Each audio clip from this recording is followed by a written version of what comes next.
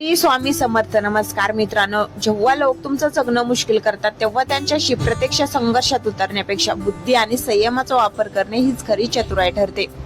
अशा परिस्थितीत पहिली आणि सर्वात महत्वाची नीती म्हणजे मौन बाळगणे. जेव्हा तुम्ही समोरच्याच्या कृत्याला किंवा शब्दाला कोणतीही प्रतिक्रिया देत नाही तेव्हा त्या व्यक्तीची निम्नी शक्ती तिथे संपते, कारण त्यांना तुमची चिडचिड किंवा अस्वस्थता बघायची असते. या मौनासोबतच स्वतःला भावनिक दृष्ट्या त्यांच्यापासून विलग करणं शिका. ज्या व्यक्तीला तुम्ही मनातून महत्व देणं सोडून देता तिथे शब्द तुम्हाला कधीच जखम करू शकत नाहीत. दुसरी महत्वाची बाब म्हणजे तुमची कमजोरी कधी लोकांसमोर उघड करू नका. शत्रू नेहमी तुमच्या दुखाऱ्या नसेवर बोट ठेवण्याचा प्रयत्न करतो, त्यामुळे आपण चेहरा आणि स्वभाव नेहमी शांत व गंभीर ठेवा, जेणेकरून कोणालाही तुमच्या मनात काय चाललंय याचा अंदाज येणार नाही. याच काळात आपल्या भविष्यातील योजना आणि कामाची माहिती गुप्त ठेवणं अत्यंत गरजेचं असतं. लोक तुमच्या प्रगतीत अडथळे आणू नयेत असं वाटत असेल तर तुमची हालचाल कोणालाही कळू देता शांतपणे काम करत राहा. तिसरी आणि सर्वात प्रभावी नीती म्हणजे स्वतःची प्रगती. तुमचं जगणं कठीण करणाऱ्यांना दिलेलं सर्वात चोख उत्तर म्हणजे तुमचं यश असतं. जेव्हा तुम्ही यशाच्या अशा शिखरावर पोहोचता जिथे त्यांना पोहोचणं अशक्य असतं तेव्हा त्यांचा जळफळाट हीच तुमची खरी विजय गाथा ठरते. या प्रवासात कोणाच्याही चिथावणीला बळी पडून रिॲक्ट होऊ नका, तर डोकं शांत ठेवून रिस्पॉन्ड करा. रागाच्या भरात घेतलेला निर्णय शत्रूचं काम सोपं करतो, पण शांत डोक्याने केलेली कृती त्यांना पराभूत ठरते. शेवटी आपल्या आयुष्यात कोणाला किती प्रवेश द्यायचा याची एक मजबूत मर्यादा बाउंड्री आखून ठेवा. जे लोक तुमच्या शांततेचा भंग करतात त्यांना वेळीच ठामपणे थांबवणं किंवा आपल्या आयुष्यातून पूर्णपणे वजा करणे ही आपली स्वतःची जबाबदारी आहे. जेव्हा तुम्ही स्वतःला एक ब्रँड म्हणून प्रस्थापित करता तेव्हा लोकांचा त्रास देणं आपोआपच थांबतं. जेव्हा लोक मुद्दामून तुमच्या वाटेत अडथळे आणतात तेव्हा त्यांच्या पातळीवर जाऊन भांडण म्हणजे स्वतःचा दर्जा कमी करण्यासारखं असतं. अशा वेळी सर्वात प्रभावी ठरतं ते म्हणजे तुमचं दुर्लक्ष.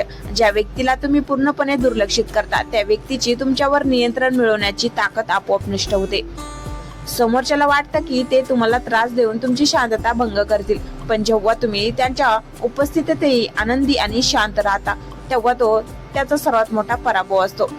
तुमचं सीमित हास्य आणि तुमचा संयम हे एखाद्या धारदार शस्त्रासारखं काम करतं, जे समोरच्याचा अहंकाराला आतून पोखरतं. या संघर्षात स्वतःला गुंतवून ठेवण्यापेक्षा आपली सर्व ऊर्जा स्वतःच्या व्यक्तिमत्व विकासावर खर्च करा. लोक जेव्हा तुमचं जगणं मुश्किल करण्याचा प्रयत्न करतात तेव्हा समजा की तुम्ही त्यांच्यापेक्षा नक्कीच काहीतरी चांगलं करत आहात.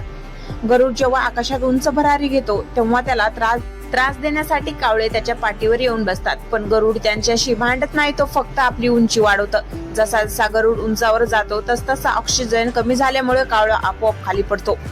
तुम्हालाही हेच करायचं आहे. आपली वैचारिक आणि आर्थिक उंची इतकी वाढवा की तुम्हाला त्रास देणारे लोक तुमच्यापर्यंत पोहोचू शकणार नाहीत.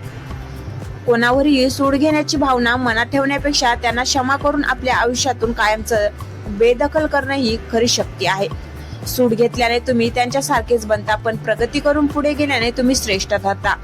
लोकांच्या टीकेकडे तुमच्या प्रगतीचं इंधन म्हणून पहा. जो दगड लोक तुमच्यावर मारतील त्याचा दगडाचा वापर करून स्वतःच्या यशाचा किल्ला बांधा. लक्षात ठेवा, काळ हा सर्वात मोठा न्यायकर्ता असतो.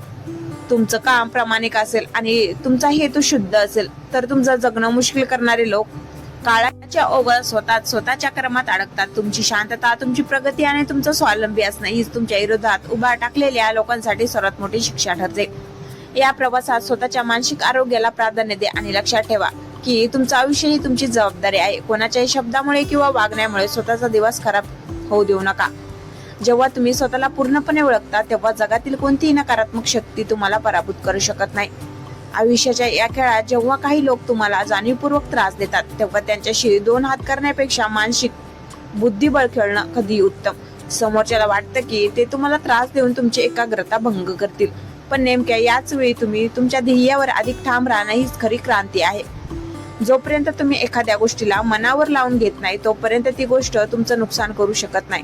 लोकांचं कामच आहे बोलणं आणि अडथळे आणणं, पण तुमचं काम आहे स्वतःला एका अशा स्थितीत नेऊन ठेवणं जिथे कोणाचंही बोलणं तुमच्या मनाच्या शांततेला स्पर्शही करू शकणार नाही.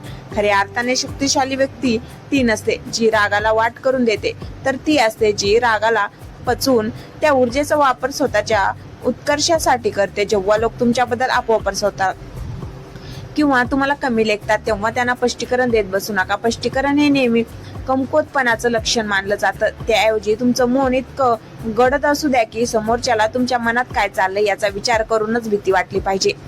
तुमची रणनीती ही समुद्रासारखी खोल असावी, वरतून शांत पण आतून अथांग शक्ती असलेली.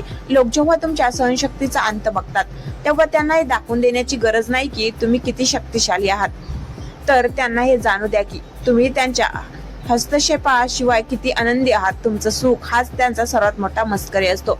तुम्ही जितकं जास्त स्वतःच्या प्रगतीवर, वाचनावर आणि छंदावर लक्ष द्याल तितका समोरच्याचा पराभव तुमच्यावर कमी होतो जाईल.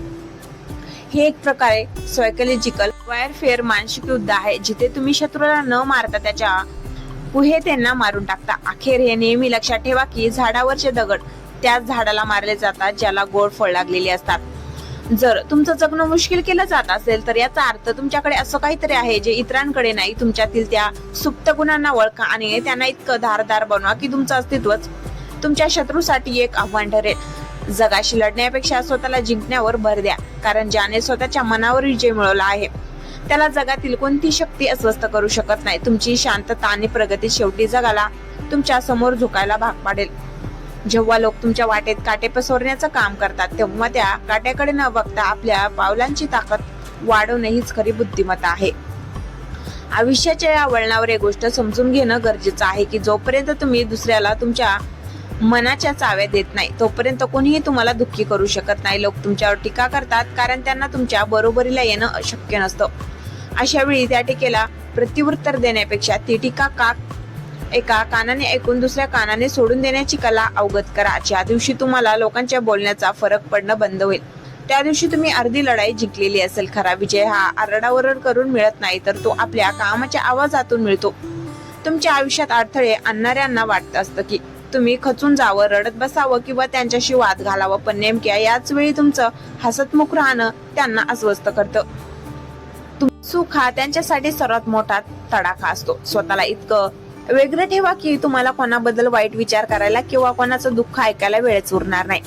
तुमची ऊर्जा ही तुमची सर्वात मोठी संपत्ती आहे. ती अशा लोकांवर खर्च करू नका जे तुमच्या आयुष्यात कवडीची किंमत ठेवत नाहीत.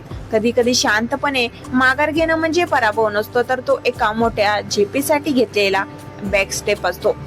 चिखलात दगड मारला तर उडालेली शिंतोडे आपल्याच अंगावर येतात. त्यामुळे अशा घाणेरड्या लोकांपासून 4 हात लांब राहणंच तुमची प्रतिष्ठा जपण्यासाठी योग्य ठरतं. तुमची प्रगती ही एका सततच्या धारेसारखी असू द्या जी संकटाचे डोंगर कापून आपला मार्ग स्वतः तयार करते. जेव्हा तुम्ही स्वतःच्या नजरेत प्रामाणिक असता तेव्हा जगाच्या नजरेत काय आहात याने काहीच फरक पडत नाही. शेवटी एक गोष्ट लक्षात ठेवा की वेळ ही सर्वात मोठी गारुडी आहे. जे आज तुम्हाला त्रास देत आहे त्यांना काळ स्वतःच उत्तर देईल. तुम्ही फक्त स्वतःच्या संस्काराची आणि मूल्याची पाठराखण करा. तुमचं आयुष्य ही एक मर्यादित संधी आहे, ती कोणाच्या तरी कुत्तेशीर वागण्यामुळे वाया घालू नका. स्वतःवर विश्वास ठेवा, स्वतःच्या स्वप्नांना खतपाणी घाला आणि अशा उंचीवर जाऊन उभे राहा जेथून तुम्हाला त्रास देणाऱ्या लोकांचे चेहरे दिसणार नाहीत.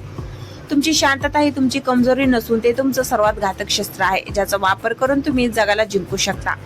आयुष्याच्या रणांगणावर जेव्हा काही लोक तुमचं अस्तित्व नाकारण्याचा किंवा तुमचं खच्चीकरण करण्याचा प्रयत्न करतात तेव्हा लक्षात ठेवा की प्रत्येक वाद जिंकणं गरजेचं नसतं, तर स्वतःला टिकून ठेवणं आणि उंचावणं जास्त महत्वाचं असतं. समोरच्याची ताकद त्याच्या हातात किंवा आवाजात नसते, तर ती त्याच्या प्रतिक्रियेत असते. जर तुम्ही समोरच्याला हवी तशी प्रतिक्रिया दिली नाही तर त्याचा सर्व डाव कोसळून पडतो. म्हणूनच तुमची सर्वात मोठी गुप्त नीती हीच असावी की तुम्ही कधी प्रेडिक्टेबल चा अंदाज लावता येईल असे राहू नका. तुमची पुढची चाल काय असेल, तुमचं हसू कशासाठी आहे आणि तुमचं मौन काय सांगते याचा गुंता समोरच्याला कधीच सुटू देऊ नका. बऱ्याचदा लोक तुम्हाला खाली खेचण्यासाठी तुमच्या भूतकाळाचा किंवा तुमच्या चुकांचा वापर करतात. अशा वेळी स्वतःच्या चुकाचा स्वीकार करून त्यातून शिकून पुढे जाणं हे शत्रूला निशस्त्र करण्यासारखं आहे.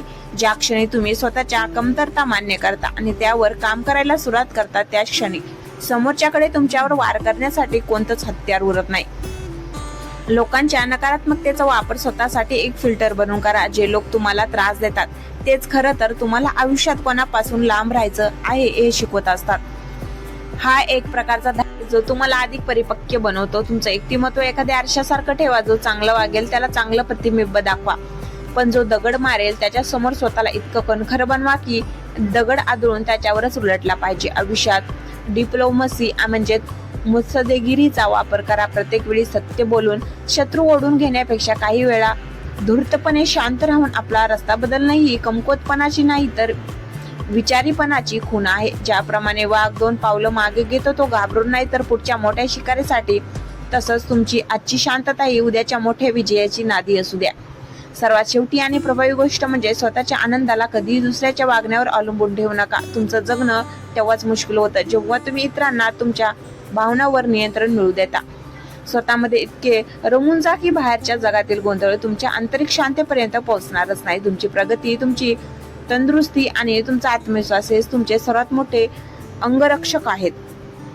जेव्हा तुम्ही स्वतःच्या नजरेत श्रेष्ठ ठरता तेव्हा जगातील कोणतीही नकारात्मक शक्ती तुमचं काहीच बिघडू शकत नाही. तुमचं आयुष्य ही तुमची स्वतःची कथा आहे. तिचा लेखक कोणा ऐऱ्यागऱ्याला बनवू देऊ नका. तुमची स्वयंसत्ता हीच तुमची खरी शक्ती आहे. आयुष्याच्या या प्रवासात जेव्हा लोक तुमचं जगणं कठीण करतात तेव्हा एक गोष्ट कायम लक्षात ठेवा की तुमची शांतता ही तुमची हार नसून तो तुमचा सर्वात मोठा विजय आहे. या संघर्षाचा शेवट करण्यासाठी शेवटची आणि अत्यंत प्रभावी नीती म्हणजे पूर्ण दुर्लक्ष आणि स्वतःच्या सर्वोच्च आनंद.